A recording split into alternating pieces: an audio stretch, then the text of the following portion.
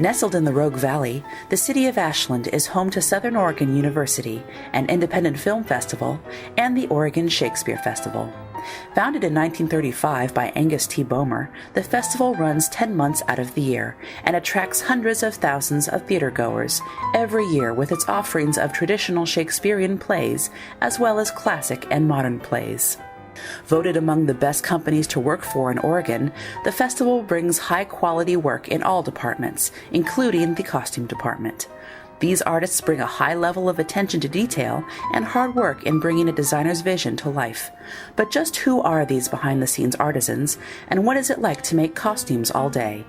Let's go behind the curtain and into the costume shop to find out what it takes to be an artisan working for such a prestigious theater company. My name is Beth Walker, and I work in construction of costumes. I sew the pieces together because somebody else takes the rendering, makes the patterns, cuts the fabric, and then my job is to actually put the pieces of the garment together. I moved here with my son and his family who were looking for a place to put their children in school. And I have been a seamstress all my life, so I just walked here and said, I know how to sew. Don't you want to hire me?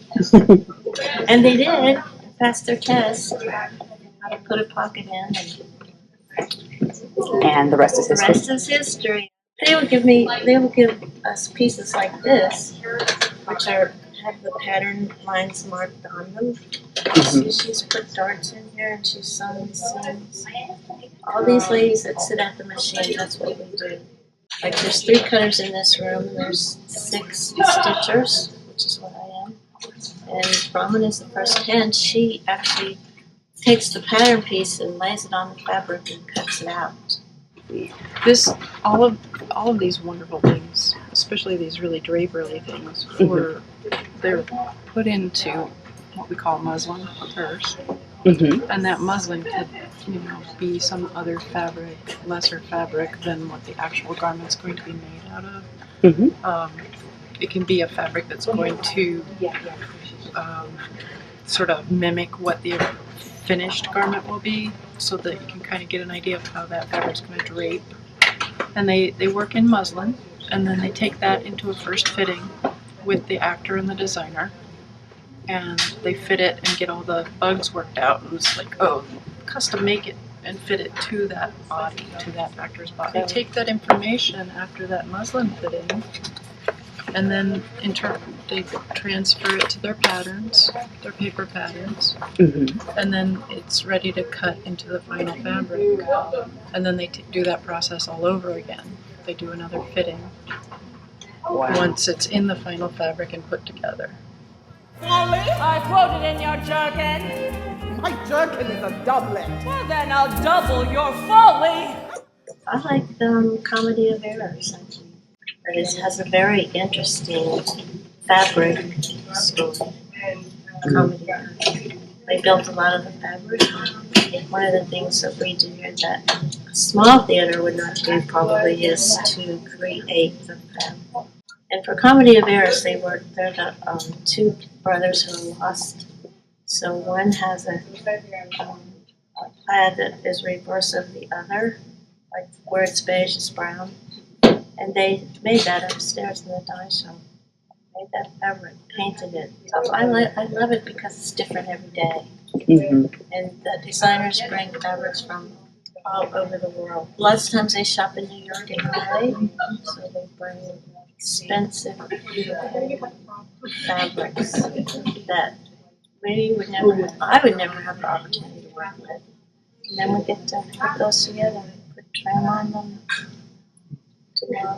That's my favorite part. It's different every day. Every day. I'm very proud to be a part of this company. And one of the reasons I came here is because I love theater. I'm not an academic. I don't know Shakespeare. I go to these plays because I go there to see how they do it, what the story is, and I don't analyze what he meant, Mr. William Shakespeare or anybody else. I just go because I love storytelling. My name is Alice Risser. I am a stitcher and I also do wardrobe. So this season I worked on The Tempest, in particular Jeff King's Antonio. And then I also worked on Into the Woods. I made Miriam Laub's young witch look.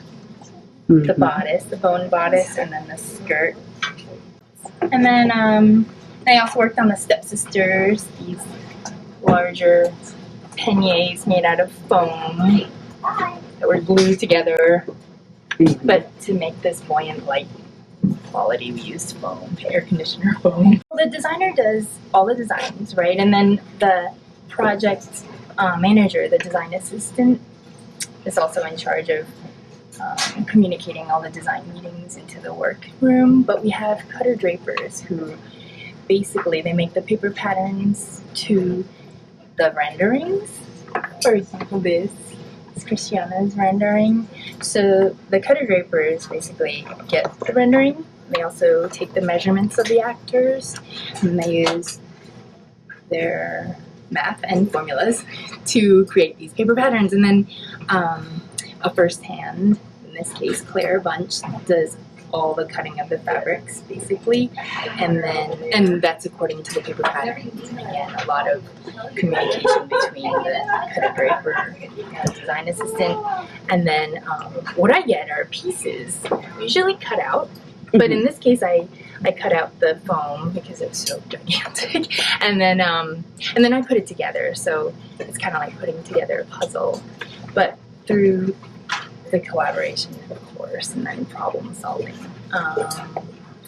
And this was really rewarding working with the foam. Actually, we had to use this really toxic adhesive, so I had to suit up with this free air. Oh, gotcha. So it felt like I was underwater a lot. And gluing all day. And that was just to attach that just part. this understructure that actually looks like this black foam. But knowing that the outer garments, the fashion fabric, are actually a little lighter and the darkness of the foam could possibly read, then we painted the surface with paint, sort of to take it down. And then before this is the layer that lives permanently on the forms, so that the different looks, like this green look in the rendering, and then there's another pink look, and then when they return to the ball the third time, they have this vinyl look with sunflowers on it. It's crazy. It's to look like shower curtains. Oh. Out of money, but yeah. So in that case, those 3 different looks can quickly be put on to this base, so that the stepsisters are always wearing this base, and it's heavy. It looks heavy. It looks incredibly heavy. A lot of times we do an initial mock-up, is what we call it, out of cheaper fabric, so that the first very initial fitting is made out of that, and then the cutter draper and the designer can literally write all over that and take notes, and then come back, readjust the pattern, and then do it for real in the fashion fabric. So that's usually a lot more expensive, and we don't want to make huge mistakes in that, or adjustments anyway. So someone else actually made the mock-up for this, and so that was part of it was actually used for this. But basically this is strips, bias strips, so that's cut on the diagonal of the big fold of fabric, of chiffon, and then this other metallic material. And it came together really easily, actually.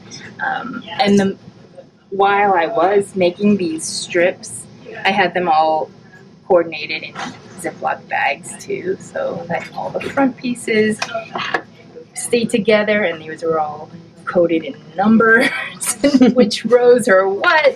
And then the back actually has that opposite diagonal, so we didn't want to mix it all up. So I had these Ziploc bags and all the strips of fabric, and people would ask me, how's the build going? And like, I don't even know. All I'm doing is sewing these strips, but it's okay. I mean, but then putting it together was, And seeing the it was finished so product. beautiful that I'm like, okay, yeah, I'm really happy with it. But I studied visual art and dance, so I did not do any theater, and so to find a lot of like-minded people is really fun and rewarding, and so yeah, I love it. In addition to cutters, drapers, and stitchers, the costume department utilizes costume craft artisans to not only create and modify accessories for the costume, but also to add detailing to pieces, something that requires creativity, patience, and a bit of research. I love working with designers where you just get them right away. And what you do, you know that they're going to agree with or enjoy, and so you have a rapport with them. And they can tell you one thing and you can just kind of run with it. And you still need it rendered, otherwise you're kind of out in the ozone not knowing where to go. But to know the colors they like and doing one thing and knowing that that'll just be what is great for them.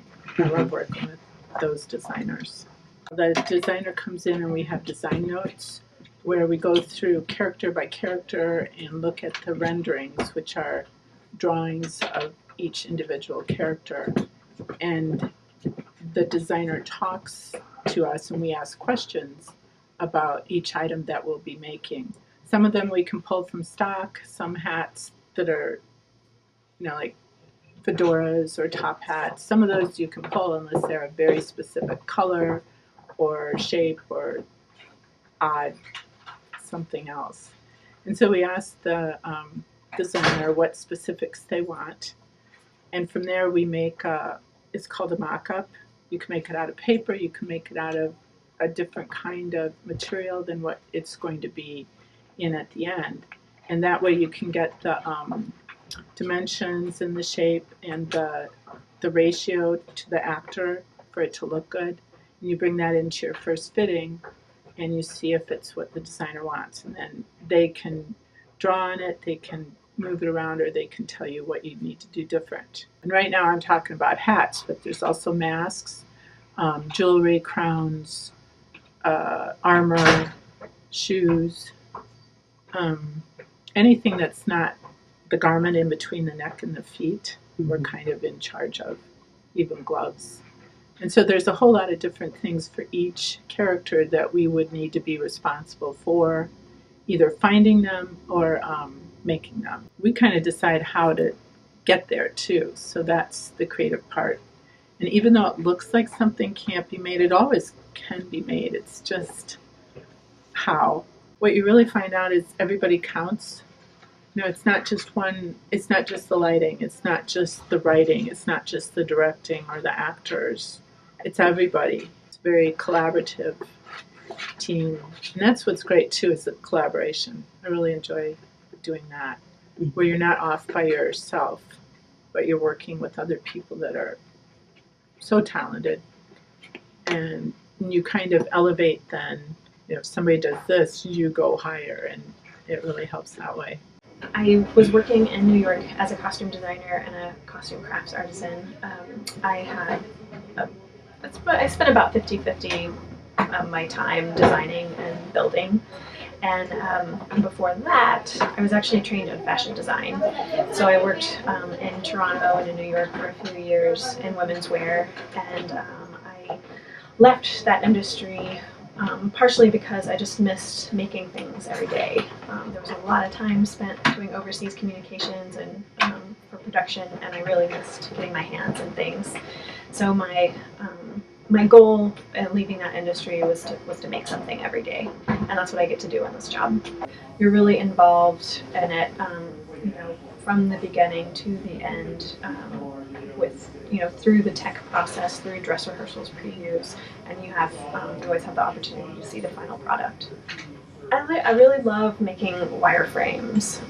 That was when I worked in millinery in New York for 6 years as a full-time job, and one of my favorite millinery projects was when I could do wireframes. And a lot of times wireframes things, when something requires a wireframe, it's an odd or interesting or dynamic shape. It's something beyond working in felt or straw, and it can be animals or like the like Betsy, my colleague, was showing you, the headdress that goes with the dress that she's beading has a floating lace veil that sits like horns above her head with these two black birds that swoop down. And so creating a frame out of spring wire for that, and figuring out how to structurally enhance the lace to support that shape was a really fun project to figure out.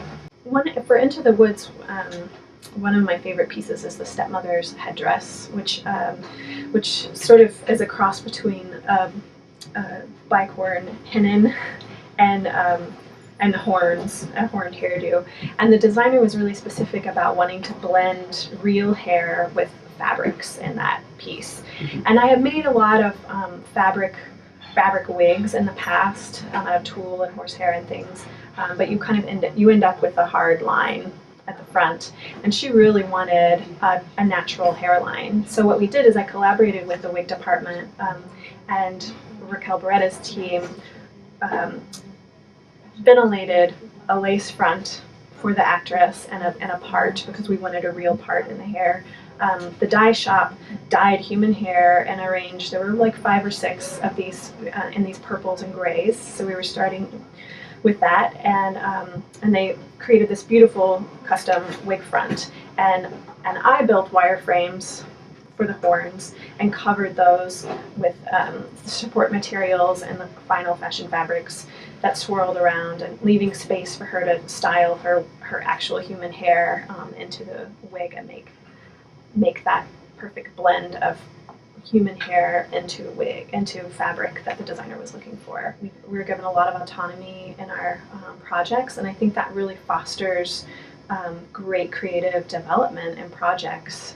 There's also a commitment to diversity and inclusion at this organization.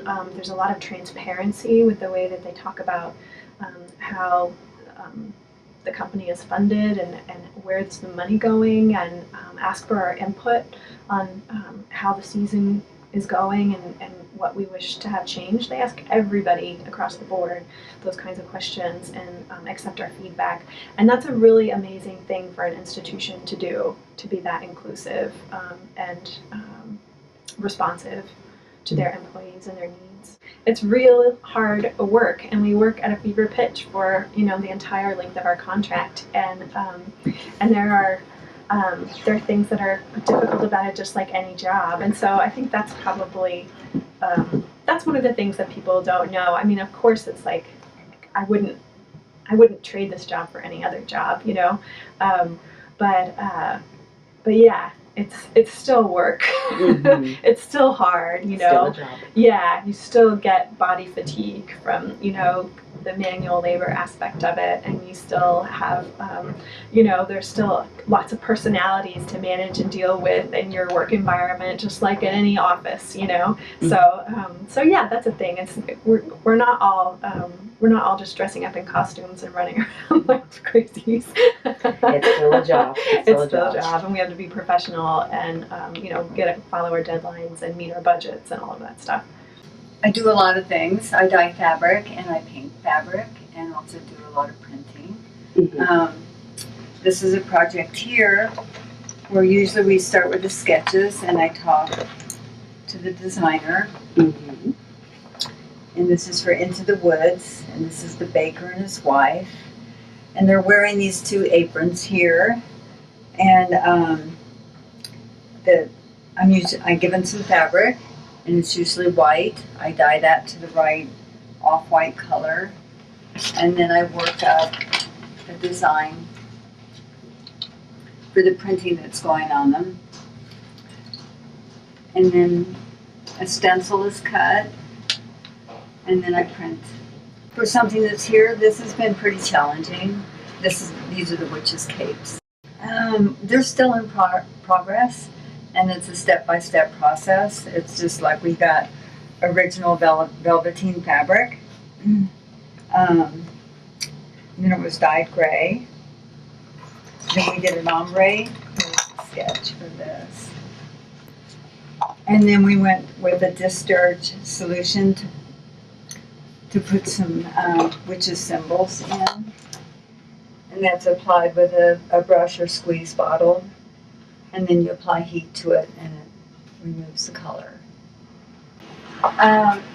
Well, we're given a color. The designer will usually go through a color chart and pick something, and then I'll get the original fabric,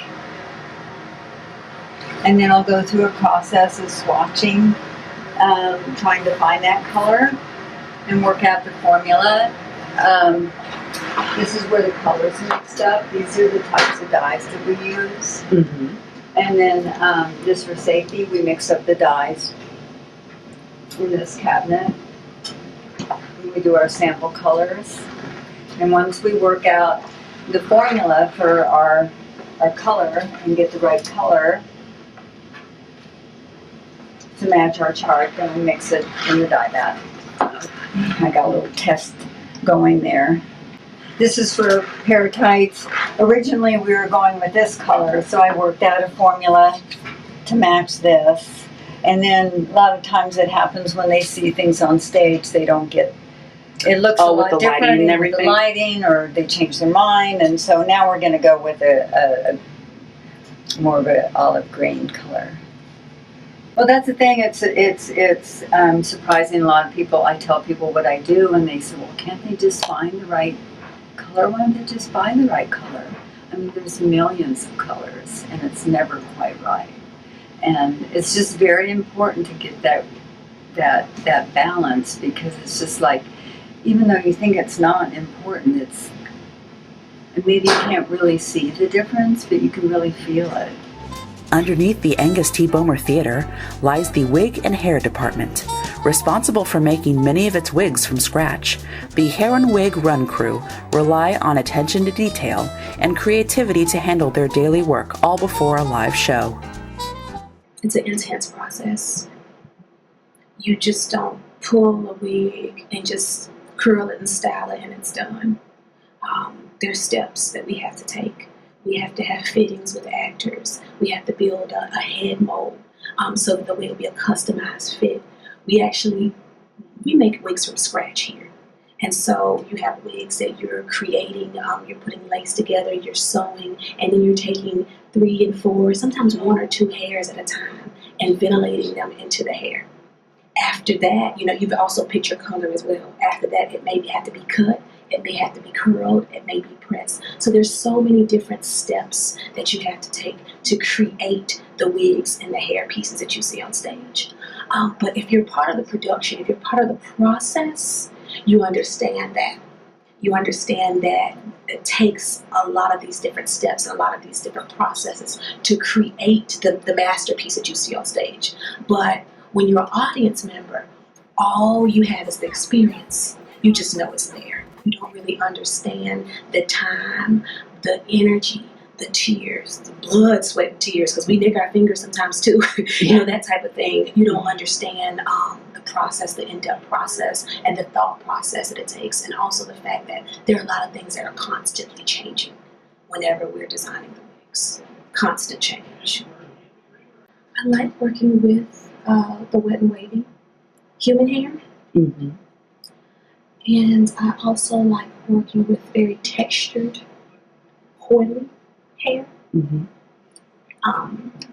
My third one, I would say, I know you only asked me for one, but my third one, I'm so used to working with synthetic hair because that's all I had for so long when I was designing for local theaters, that I really like synthetic hair as well. So it's how I started. I love the human hair, I love the European hair, very expensive, very fine, but at the same time, I haven't forgotten. That at one time, all I had was synthetic hair to work with. My favorite wig to restyle would probably be Kate Mulligan's, which is Penelope in Coconut. Oh, that one with the Mm-hmm. And what makes it your favorite? The waves. The I love waves. waves.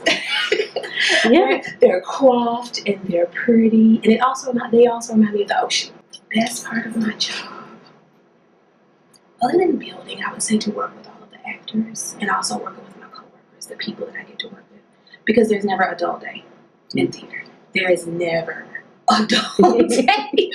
There is never a dull. It doesn't matter what mood you come to work in. You're not going to leave this place without a smile on your face. I feel that way because you just never know. So the element of surprise would be my favorite thing. You have to be able to, you have to stay open-minded because we have 3 wig masters here. And so you have to be able to take direction and do it the way they like you to do it. With the 3 wig masters that we have, they all build different ways. And every wig that you build is built differently. So you never know, you can never stick to one thing. So I would say sometimes it's a bit of a challenge catching on as far as building and why you're building things a certain way and how you're building it as well. But that's a good thing. I think challenges are good things. I wouldn't be here if I wasn't challenged. I am very big on my hair. And it's not just a shallow thing. I think it's more about, I see hair as crowns. And there are different types of crowns. There are everyday crowns, there are special event crowns, there are character crowns. And with me, whenever I'm building a wig or whenever I'm prepping an actor, I always think about the fact that this actor or actress will not transform until their crown is placed upon their head. They can wear the costumes, they can practice, they can rehearse the voices, but when I put the crown on their head, that's when I feel like they fully become that character. There are different, adjectives that we use to describe characters. So I can say, okay, well, she's a rich girl. But what kind of rich girl is she? Is she a rich girl that became wealthy from all of her family passing and she's an heir? Because that rich girl is going to wear her hair a little differently and wear her clothes a little differently. She may not wear makeup every day. She may have long, stringy, thinning hair because of the different emotions, the different experiences that she's gone through in life. So most of the time when people say rich, people think, oh, very glamorous, diamonds, rhinestones, long, wavy or curly or coiffed hair. But with emotion, depending on what you've gone through in life, whether you've been heartbroken recently or your entire life, whether you've been taken care of or loved, whether you've been discarded, all of those things, we have to show all of those things not only through the costumes but also through the hair. Because depending on what struggles you're facing in life, if you recently dealt with the death of someone, you're not taking care of your hair. You may not be you're not going to the beauty shop every day and waking up and curling your hair every day. Your hair may not even be washed. It may be dirty, it may be stringy, it may be thinning. But if you're someone who's always going to the beauty shop and is very happy and at a happy place in life and actually cares about how you look and how others perceive you, you may take a lot more time and care with yourself for your hair to look differently. So I feel that emotions and experiences and the things that we go through in life, you can see those things through your hair. The dedication, hard work, and collaboration of the festival costume department culminates in an impressive collection of handmade costumes that have delighted and will continue to delight many audience members to come.